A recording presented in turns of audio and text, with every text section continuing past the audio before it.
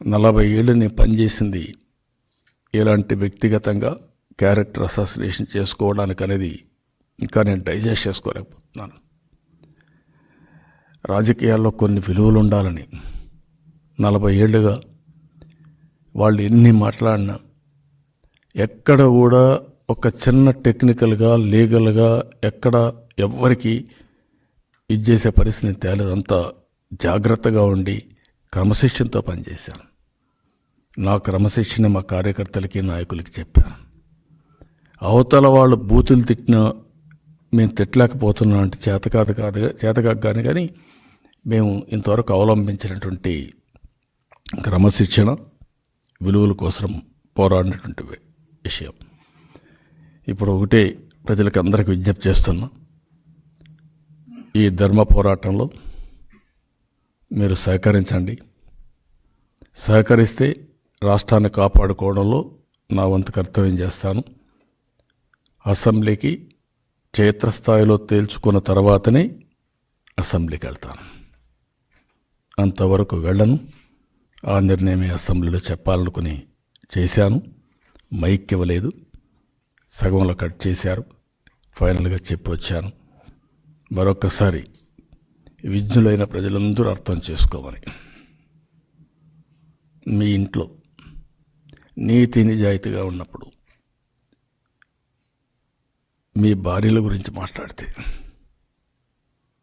ఎంత ఫీల్ అవుతారో ఒక్కసారి ఆలోచించుకోండి. అందరం కూడా మనుషులమే. అదే నా బాధ.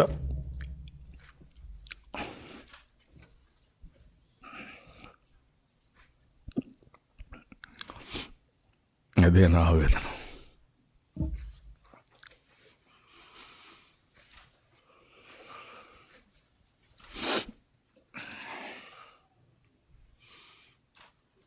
ఎప్పుడు ఓడిపోయినప్పుడు కూడా నేను ఇంత బాధపడలేదు. మీరు నన్ను చూసుంటారు.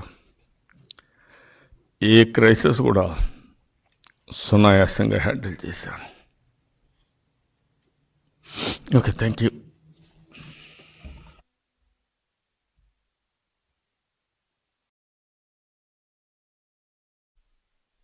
సంవత్సరాలు సమైక్య ఆంధ్రప్రదేశ్లో ఎక్కువ సమయం ముఖ్యమంత్రిగా ఉన్నా. అపోజిషన్ లీడర్గా 10 ఏళ్ళు ఉన్నా. మళ్ళీ ఇక్కడ ముఖ్యమంత్రిగా అపోజిషన్లో ఉన్నా.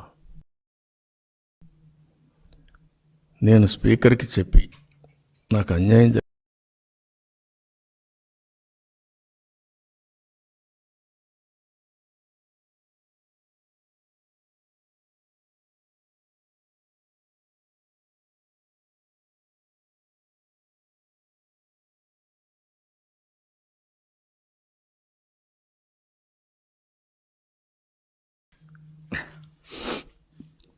నేను సుదీర్ఘకాలం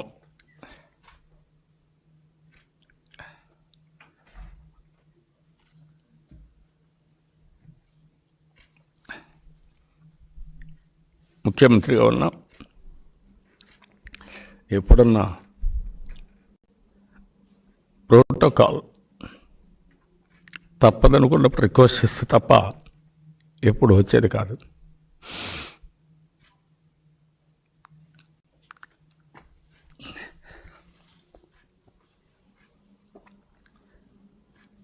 ఇప్పటికి కూడా మా పార్టీ నాయకులు చాలామంది ఆవిడకి తెలియదు.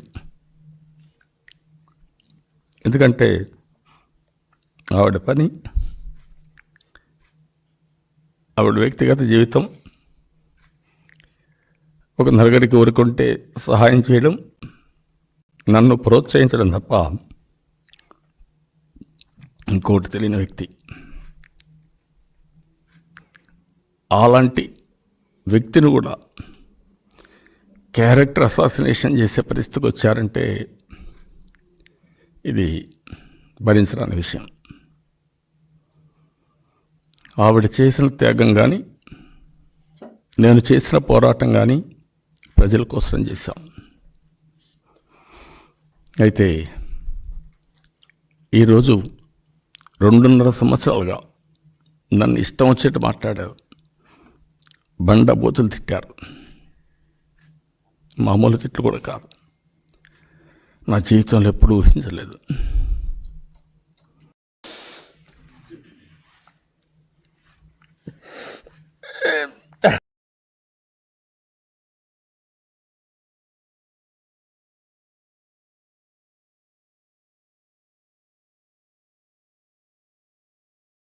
అది నా కోసం చేయకపోయినా ప్రజల కోసం చేశాం, ప్రజలు అనుభవిస్తున్నారు అని ఎక్కడికక్కడ ఆనందపడ్డాం. ఇంకొక పక్కన ఈరోజు ఇక్కడ కూడా ఈ రాష్ట్రంలో కూడా ఆ రోజు కియా మోటార్స్ కానీ, అమరావతి కానీ, పోలవరం కానీ ఇవన్నీ చేసినప్పుడు గర్వంగా ఫీల్ అయ్యాం. ఇంకొక పక్క ఇంటర్నేషనల్గా ఉండే లీడర్స్ కూడా మనం ఇక్కడ చేసిన అభివృద్ధి వల్ల వాళ్ళు కూడా గౌరవించే పరిస్థితికి వచ్చారు. క్లింటన్ మనం చేసిన డెవలప్మెంట్ చూడడానికి వచ్చారు. మలేషియా సీఎం, సింగపూర్ సీఎం లాంటి వాళ్ళు వచ్చారు. లీ కువాన్ యూ లాంటి సింగపూర్ మాజీ ప్రధానమంత్రి కూడా మన ఇక్కడ జరిగిన డెవలప్మెంట్స్ ఇవన్నీ ఆసక్తిగా చూడడం, గౌరవించే పరిస్థితికి వచ్చారు. వీళ్ళే కాకుండా కార్పొరేట్ జైంట్స్తో కూడా కలిసి పనిచేశాం. కానీ ఈరోజు మనం చూస్తూ ఉంటే ఇది ఏ విధంగా అభివర్ణించ నాకైతే అర్థం కావడం లేదు. ఎప్పుడు కూడా మా మిస్సెస్, నా భార్య రాజకీయాలకు రాలేదు. ఒక్కొక్కసారి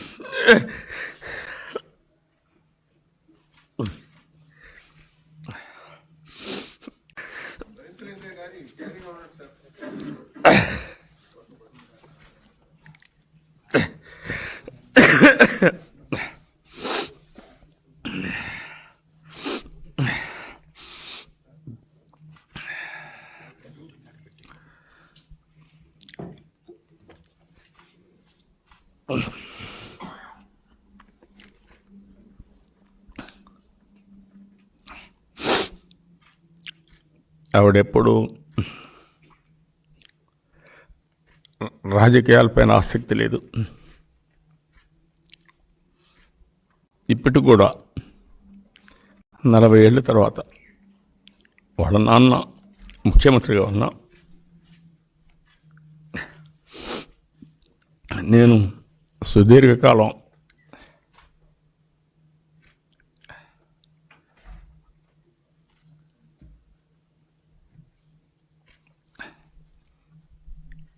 ముఖ్యమంత్రిగా ఉన్నా, ఎప్పుడన్నా ప్రోటోకాల్ తప్పదనుకున్నప్పుడు రిక్వెస్ట్ చేస్తే తప్ప ఎప్పుడు వచ్చేది కాదు.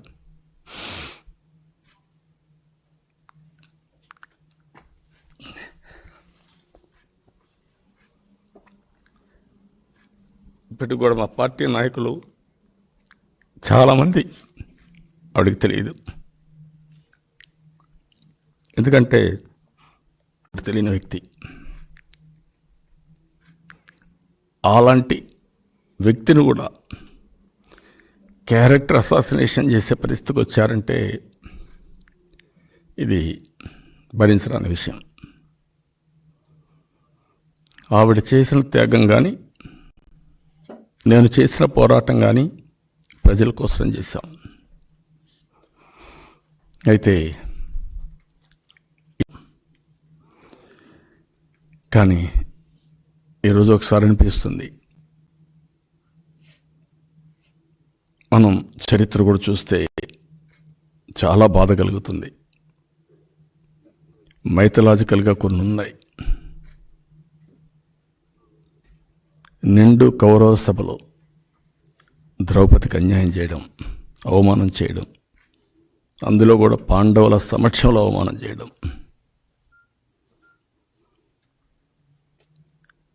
శ్రీకృష్ణుడు కూడా ఆ రోజు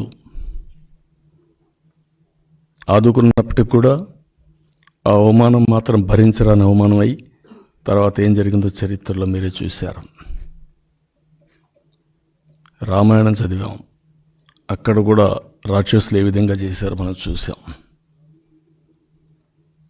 కడాను కొన్ని ఎగ్జాంపుల్స్ కూడా ఉన్నాయి.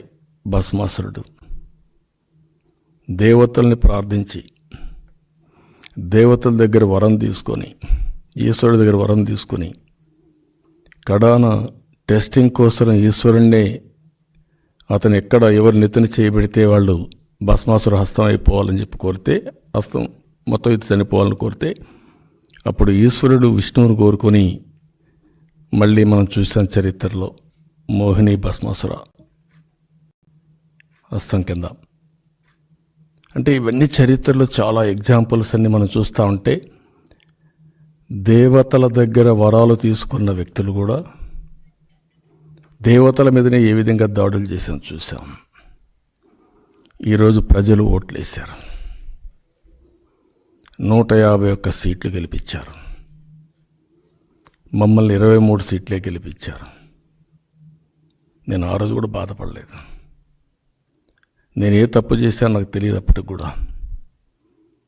నేను రాష్ట్రం కోసమే పనిచేశాను. ఆ రోజు నిర్ణయం చేశారు. నిర్ణయం చేస్తే నా బాధ్యతగా నేను తీసుకున్నాను, ప్రతిపక్షంలో పనిచేయాలి. డే 1 అది జరిగినప్పటి నుంచి మా వాళ్ళందరినీ అరెస్ట్ చేయడం ఒక రాక్షస పాలనకు మించి, ఇది మామూలు రాక్షస పాలన కాదు, రాక్షస పాలన కంటే మించి ప్రజల మీదనే భస్మాసుర హస్తం పెట్టే పరిస్థితికి వచ్చారు. అది ఎప్పటిప్పుడు కాపాడుకుంటూ వాళ్ళ మీద పోరాటం, రాజీ లేని పోరాటం చేశాం. ఆ తర్వాత పోరాటం చేసే తెలుగుదేశం పార్టీ పైన ఎన్ని ఇబ్బందులు పెట్టాలని ఇబ్బందులు పెట్టారు. అవి కూడా భరించాం.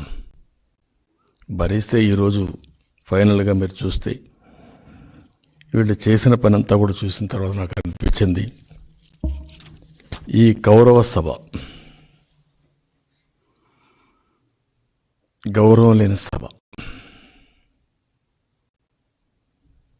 గతంలో ఆవేశాలు ఉండేటివి. సర్జన్ చేసేవారు. మళ్ళీ సమావేశం పెట్టుకోవడం కానీ, స్పీకర్ పిలిపించడం కానీ, ఎవరు తప్పు ఉంటే వాళ్ళ తప్పు చెప్పడం. ఒకసారి రాజశేఖర రెడ్డి మా తల్లిని గురించి దూషించాడు. నేను ఆ రోజు గట్టిగా చెప్పాను. నేను అతన్ని ప్రశ్నించే పరిస్థితికి వస్తే కడాన అపాలజీ చెప్పాడు. తప్పు జరిగింది, క్షమించమని అడిగాడు. అలాంటిది ఈరోజు ఇన్ని సంవత్సరాలు సమైక్య ఆంధ్రప్రదేశ్లో ఎక్కువ సమయం ముఖ్యమంత్రిగా ఉన్నా, అపోజిషన్ లీడర్గా 10 ఏళ్ళు ఉన్నా, మళ్ళీ ఇక్కడ ముఖ్యమంత్రిగా అపోజిషన్లో ఉన్నా. నేను స్పీకర్కి చెప్పి నాకు అన్యాయం జరిగింది, నా మిస్సెస్ విషయం తీసుకొచ్చారు, నేను భరించలేకపోతున్నాను, నేను ఒక నిర్ణయం చేసుకున్నాను, నా అనౌన్స్మెంట్ చెప్పాలనుకుంటున్నాను, టైం ఇమ్మని రిక్వెస్ట్ చేశాను. ఈయన ఎక్కడి నుంచో రాలా, నా దగ్గరనే మంత్రిగా చేశాడు.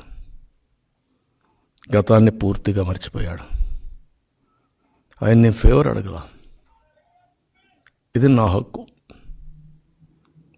తరిమిల నాగిరెడ్డి లాంటి వాడు అసెంబ్లీ వేదికగా చేసుకుని స్టేట్మెంట్ ఇచ్చిన తర్వాత వెళ్ళాడు. ఏ మెంబర్ అయినా ఒక నిర్ణయం చేస్తే ఆ నిర్ణయం చెప్పాలంటే డెఫినెట్గా టైం ఇస్తారు.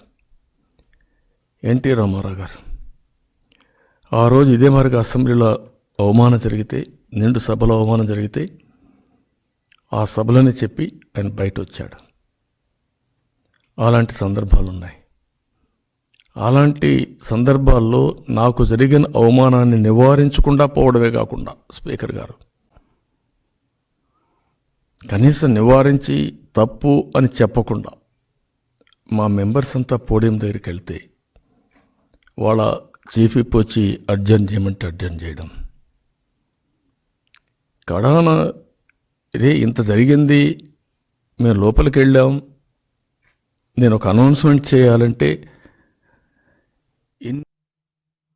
అన్ని విధాల అవమానించడం, పార్టీ నాయకుల్ని వేధించడం, జైల్లో పెట్టడం, కార్యకర్తల్ని వేధించడం, ఆర్థికంగా రాజకీయంగా అన్ని విధాలు హ్యూమిలియేట్ చేశారు. అన్నీ కూడా భరించాం. అదే మరి వ్యక్తిగతంగా విమర్శించేవారు. అంతేకాకుండా అనరాని మాటలు ఏవైతే ఉన్నాయో ప్రజలందరూ కూడా చూశారు. బూతులన్నీ తిట్టారు, అవి కూడా భరించాం. నిన్ననే కుప్పం ఎన్నిక అయిన తర్వాత మా డిప్యూటీ లీడరు బీఏసీకి వెళ్తే ముఖ్యమంత్రి వ్యంగ్యంగా కుప్పం తర్వాత మీ నాయకుడిని చూడాలనుంది, రమ్మానండి అంటే దాన్ని భరించాం. ఇన్ని భరించి ఈరోజు అసెంబ్లీకి వెళితే కడాన నా భార్యను కూడా ఇలాంటి డర్టీ పాలిటిక్స్కి లాగే పరిస్థితికి వచ్చారు. క్యారెక్టర్ అసాసినేషన్ చేసే పరిస్థితికి వచ్చారు. దగ్గర దగ్గర 8వ ఎమ్మెల్యేని, 38వ సంవత్సరం అసెంబ్లీలో నేను పనిచేస్తున్నాను. అనేక మంది నాయకులతో నేను కలిసి పనిచేశాను. విమర్శలు చేసుకున్నాం, ప్రతి విమర్శలు చేసుకున్నాం, రాజకీయంగా చేసుకున్నాం. ఓసారి ఎన్నికల్లో ఓడిపోయాం, ఓసారి ఎన్నికల్లో గెలిచాం. ఓడిపోయినప్పుడు కుంగిపోలేదు, గెలిచినప్పుడు రెచ్చిపోలేదు. నేను ఎప్పుడు కూడా ప్రతిపక్షంలో ఉండే ఏ వ్యక్తిని కూడా అవమానంగా మాట్లాడడం నా జీవితంలో ఎప్పుడు నేను చేయలేదు. గౌరవప్రదంగా మాట్లాడడం, కన్విన్స్ చేయడం చేసుకుంటూనే వచ్చాను తప్ప ఎప్పుడు అలాంటి పనులు కూడా నేను చేయలేదు. అదే మరిగా తెలుగుదేశం పార్టీ నేషనల్ ఫ్రంట్ మా నాయకుడు ఆధ్వర్యంలో, ఎన్టీ రామారావు ఆధ్వర్యంలో నేషనల్ ఫ్రంట్ వెళ్ళడం, ఆ రోజు ఒక స్టాల్వర్డ్స్ విపి సింగ్, వాజ్పేయి గారు, ఇలాంటి అన్ని జ్యోతిబాస్ గారు, ఇలాంటి అందరి నాయకులతో పనిచేశాం. వాళ్లే కాకుండా నాకు కరుణానిధి కానీ యూఎఫ్ పెట్టినప్పుడు, ఇంకో పక్క బిజు పట్నాయక్ కానీ, ఇంకా హేమాహేములు చంద్రరాజేశ్వరరావు కానీ, ఇలాంటి వాళ్ళందరితో పనిచేసాం. అబ్దుల్ కలాం, ఇలాంటి వ్యక్తులందరితో పనిచేశాం. ఒక గర్వంగా ఫీల్ అయ్యాను. రాజకీయం అంటే ప్రజల కోసం చేసేది రాజకీయం అని నమ్మాను. గెలుపు ఓటములు వచ్చినప్పుడు కూడా స్పోర్టివ్గా తీసుకొని మళ్ళీ ముందుకు వెళ్తూ వచ్చాం. అదేవిధంగా ఇంకో పక్కన చూస్తే ప్రజలిచ్చిన అధికారాన్ని, ఆశీస్సులు తీసుకొని రాష్ట్ర ప్రజల్ని ఏ విధంగా బాగు చేయాలి, వాళ్ళని ఏ విధంగా ఎంపవర్ చేయాలి, ఏ విధంగా రాష్ట్ర ప్రతిష్ట పెంచాలనో పనిచేస్తూ వచ్చాం. అదొకటే తృప్తి.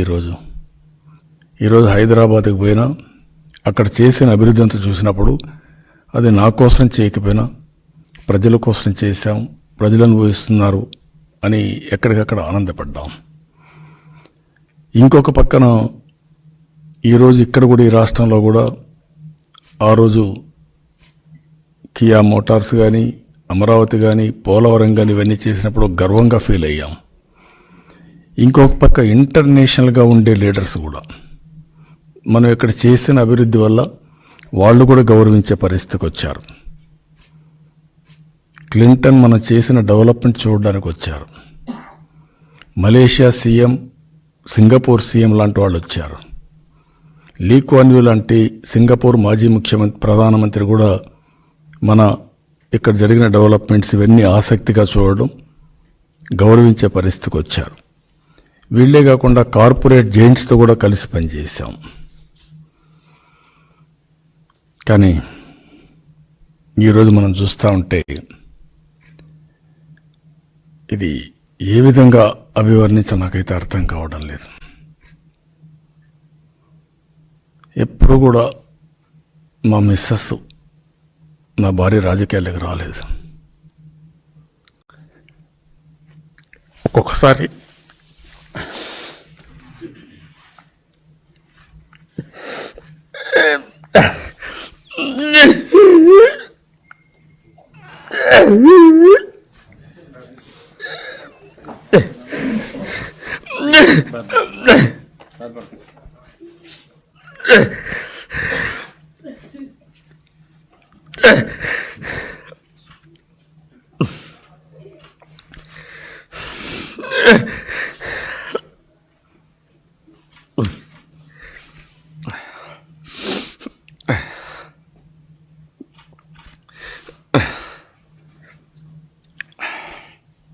ధైర్యంగా ఉన్నాడు సార్. బాగా రైతులైతే కానీ ధైర్యంగా ఉన్నాడు సార్.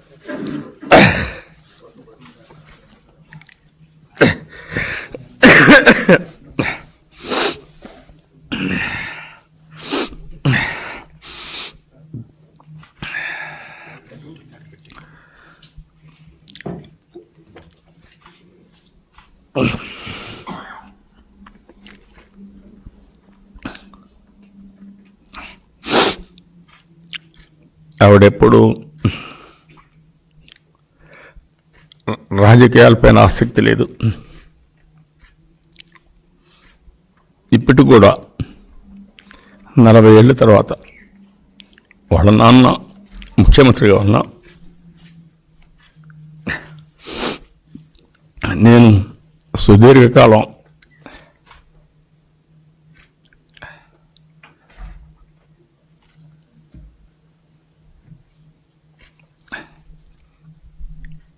ముఖ్యమంత్రిగా ఉన్నా,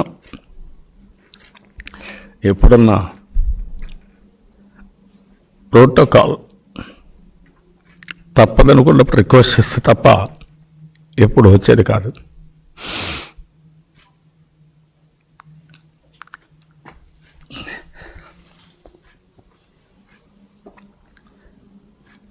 ఇప్పటికి కూడా మా పార్టీ నాయకులు చాలామంది ఆవిడకి తెలియదు.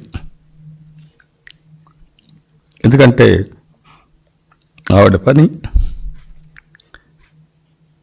ఆవిడ వ్యక్తిగత జీవితం ఒక నలుగురికి ఊరుకుంటే సహాయం చేయడం, నన్ను ప్రోత్సహించడం తప్ప ఇంకోటి తెలియని వ్యక్తి. అలాంటి వ్యక్తిని కూడా క్యారెక్టర్ అసాసినేషన్ చేసే పరిస్థితికి వచ్చారంటే ఇది భరించరాని విషయం. ఆవిడ చేసిన త్యాగం కానీ, నేను చేసిన పోరాటం కానీ ప్రజల కోసం చేశాం. అయితే ఈరోజు 2.5 సంవత్సరాలుగా నన్ను ఇష్టం వచ్చేట్టు మాట్లాడారు, బండబూతులు తిట్టారు. మామూలు తిట్లు కూడా కాదు, నా జీవితంలో ఎప్పుడూ ఊహించలేదు. ఒకసారి గతాన్ని తలుచుకున్నప్పుడు, వాజ్పేయి గారు ప్రధానమంత్రిగా ఉంటే నేను ఆయన దగ్గర పోయినప్పుడు ఒక అర్ధగంట లేట్ అయినా వెయిట్ చేశారు. నేను ఒకటే చెప్పేవారు, ఏ రోజు కూడా ఆంధ్ర సీఎం వ్యక్తిగత ఫేవర్స్ అడగడు, ప్రజల కోసం ఆలోచిస్తాడు, అలాంటి వ్యక్తిని సపోర్ట్ చేయాలి అని గౌరవంగా చెప్పేవాడు. ఆ రోజు ఎంతోమంది ఎంపీలు ఉంటే 6.5 సంవత్సరాలు ప్రధానమంత్రి కంటిన్యూ అయ్యాడు. ఎన్నోసార్లు నన్ను అడిగాడు మంత్రి పదవిలో చేరమని. అవసరం లేదండి, మీరు మాకు పనులు చేయండి, రాష్ట్రానికి ఏదైనా మంచి పనులు చేయండి చాలని చెప్పేవాడిని. ఆ విధంగా దేశం కోసం పనిచేసాం తప్ప స్వార్థం కోసం ఎప్పుడూ ఆలోచించలేదు. అబ్దుల్ కలాం లాంటి వ్యక్తిని రాష్ట్రపతిగా చేసినప్పుడు కూడా ఒక హ్యాపీనెస్ ఫీల్ అయ్యాం. కానీ ఈరోజు ఒకసారి అనిపిస్తుంది, మనం చరిత్ర కూడా చూస్తే చాలా బాధ కలుగుతుంది. మైథలాజికల్గా కొన్ని ఉన్నాయి. నిండు కౌరవ సభలో ద్రౌపదికి అన్యాయం చేయడం, అవమానం చేయడం, అందులో కూడా పాండవుల సమక్షంలో అవమానం చేయడం. శ్రీకృష్ణుడు కూడా ఆ రోజు ఆదుకున్నప్పటికి కూడా ఆ అవమానం మాత్రం భరించరాని అవమానం అయి తర్వాత ఏం జరిగిందో చరిత్రలో మీరే చూశారు. రామాయణం చదివాం, అక్కడ కూడా రాక్షసులు ఏ విధంగా చేశారో మనం చూసాం. కడాను కొన్ని ఎగ్జాంపుల్స్ కూడా ఉన్నాయి. భస్మాసురుడు దేవతల్ని ప్రార్థించి దేవతల దగ్గర వరం తీసుకొని, ఈశ్వరుడి దగ్గర వరం తీసుకొని, కడాన టెస్టింగ్ కోసం ఈశ్వరుణ్ణే అతను ఎక్కడ ఎవరు నెత్తిన చేయబెడితే వాళ్ళు భస్మాసుర హస్తం అయిపోవాలని చెప్పి కోరితే, హస్తం మొత్తం ఇది చనిపోవాలని కోరితే, అప్పుడు ఈశ్వరుడు విష్ణువుని కోరుకొని మళ్ళీ మనం చూసాం చరిత్రలో మోహిని భస్మాసుర హస్తం కింద.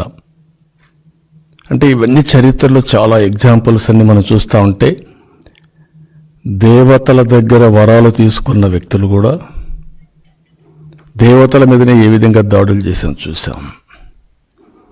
ఈరోజు ప్రజలు ఓట్లేశారు, 151 సీట్లు గెలిపించారు, మమ్మల్ని 23 సీట్లే గెలిపించారు. నేను ఆ రోజు కూడా బాధపడలేదు. నేను ఏ తప్పు చేశాను నాకు తెలియదు. అప్పటికి కూడా నేను రాష్ట్రం కోసమే పనిచేశాను. ఆ రోజు నిర్ణయం చేశారు.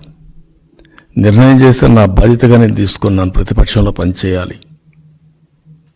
డే 1 అది జరిగినప్పటి నుంచి మా వాళ్ళందరినీ అరెస్ట్ చేయడం, ఒక రాక్షస పాలనకు మించి, ఇది మామూలు రాక్షస పాలన కాదు, రాక్షస పాలన కంటే మించి ప్రజల మీదనే భస్మాసుర హస్తం పెట్టే పరిస్థితికి వచ్చారు. అది ఎప్పటికప్పుడు కాపాడుకుంటూ వాళ్ళ మీద పోరాడడం, రాజీ లేని పోరాటం చేశాం. ఆ తర్వాత పోరాటం చేసే తెలుగుదేశం పార్టీ పైన ఎన్ని ఇబ్బందులు పెట్టాలని ఇబ్బందులు పెట్టారు. అవి కూడా భరించాం. భరిస్తే ఈరోజు ఫైనల్గా మీరు చూస్తే వీళ్ళు చేసిన పని అంతా కూడా చూసిన తర్వాత నాకు అనిపించింది, ఈ కౌరవ సభ గౌరవం లేని సభ. గతంలో ఆవేశాలకు ఆవేశాలు ఉండేటివి. ఓ సర్జన్ చేసేవారు, మళ్ళీ సమావేశం పెట్టుకోవడం కానీ, స్పీకర్ పిలిపించడం కానీ, ఎవరు తప్పు ఉంటే వాళ్ళ తప్పు చెప్పడం. ఒకసారి రాజశేఖర్ రెడ్డి మా తల్లిని గురించి దూషించాడు. నేను ఆ రోజు గట్టిగా చెప్పాను. గట్టిగా నేను అతన్ని ప్రశ్నించే పరిస్థితికి వస్తే కడాన అపాలజీ చెప్పాడు. తప్పు జరిగింది, క్షమించమని అడిగాడు. అలాంటిది ఈరోజు ఇన్ని సంవత్సరాలు సమైక్య ఆంధ్రప్రదేశ్లో ఎక్కువ సమయం ముఖ్యమంత్రిగా ఉన్నా,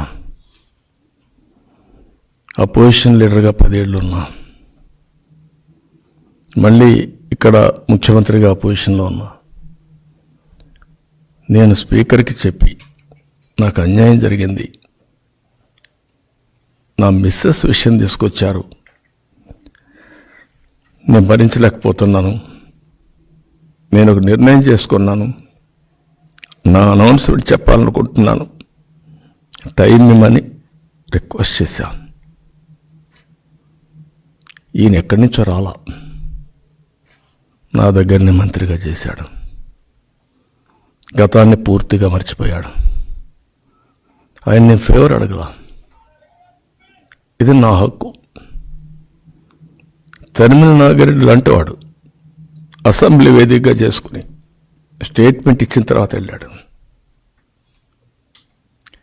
ఏ మెంబర్ అయినా ఒక నిర్ణయం చేస్తే ఆ నిర్ణయం చెప్పాలంటే డెఫినెట్గా టైం ఇస్తారు. ఎన్టీ రామారావు గారు ఆ రోజు ఇదే మరిగా అసెంబ్లీలో అవమానం జరిగితే, నిండు సభలో అవమానం జరిగితే ఆ సభలని చెప్పి ఆయన బయట వచ్చాడు. అలాంటి సందర్భాలు ఉన్నాయి. అలాంటి సందర్భాల్లో నాకు జరిగిన అవమానాన్ని నివారించకుండా పోవడమే కాకుండా స్పీకర్ గారు కనీసం నివారించి తప్పు అని చెప్పకుండా మా మెంబర్స్ అంతా పోడియం దగ్గరికి వెళ్తే వాళ్ళ చీఫ్ విప్ వచ్చి అర్జెంట్ చేయమంటే అర్జెంట్ చేయడం, కడాన ఇదే ఇంత జరిగింది, మేము లోపలికి వెళ్ళాం, నేను ఒక అనౌన్స్మెంట్ చేయాలంటే ఇన్ని సంవత్సరాలు విలువలు కాపాడుకుంటూ వచ్చిన వ్యక్తిని నేను, అలాంటి వ్యక్తికి మైక్ ఇవ్వకుండా కడాన ఫైట్ చేసి ఇచ్చి ఆఫ్లో కట్ చేసి మళ్ళీ అవమానం చేసే పరిస్థితికి వచ్చారు. అంటే ఇలాంటి వ్యక్తులు కూడా సావాస దోషంతో కానీ అవతల వ్యక్తుల యొక్క ప్రవర్తనతో వీళ్ళ బిహేవియర్లో పెనుమార్పులు వస్తున్నాయి. అక్కడి నుంచి ఇష్టానుసారంగా ఇప్పుడు కూడా మాట్లాడే పరిస్థితికి వచ్చారు. ప్రజలందరికీ ఒకటే విజ్ఞప్తి చేస్తున్నా, నాకు పదవులు అవసరంలా, దీనికంటే పెద్ద రికార్డ్స్ అవసరంలా. నాకేమి ఇంక పదవి వచ్చి ఇంకొక రికార్డింగ్ క్రియేట్ చేసేది ఏమి ఉండదు. నాకు అతి ఎక్కువ సమయం నా రికార్డు ఏమైనా బద్దలు కొట్టాలన్నా చాలా టైం పడుతుంది. అది కాదు సమస్య. ఏ గౌరవం కోసరం, ఏ ప్రతిష్ట కోసరం, ఏ ఆత్మగౌరవం కోసరం 40 ఏళ్లుగా పనిచేశాను. కుటుంబ సభ్యుల్ని, మా మిస్సెస్తో కూడా ఆవిడ కూడా సహకరించింది. ఎప్పుడు కూడా ఎక్కడన్నా ఒక సమస్య వస్తే ముందే ఆవిడ వెళ్ళండి మీరు, సమస్య పరిష్కారమైనాక రమ్మని ఉదురు సైక్లోన్ వస్తే సెక్రటరీ నేనుంటే ఆవిడ ఫోన్ చేసి నేను సూట్ కేసు పంపిస్తున్నా మీరు వెళ్ళమని చెప్పింది. ఇంటికి పోకుండా వెళ్ళాను. ఆగస్టు క్రైసిస్లో 30 డేస్ బయట పోవాల్సి వస్తే నేరుగా సూట్ కేసు పంపించి మళ్ళా ఎన్టీ రామారావు గారు ముఖ్యమంత్రి అయిన తర్వాత తిరిగి వెళ్ళాను. అలాంటివి చాలా సందర్భాలు ఉన్నాయి. ఇలాంటి జరిగినప్పుడు ఒక్కసారి తమ్మినేని లాంటి వ్యక్తి కూడా ఆత్మవిమర్శ చేసుకోవాలి. మీరు ఏ విధంగా నేను ముఖ్యమంత్రిగా ఉన్నప్పుడు కానీ పార్టీలో కానీ ఉన్నారు, డిఫర్ అయ్యాం. మీరు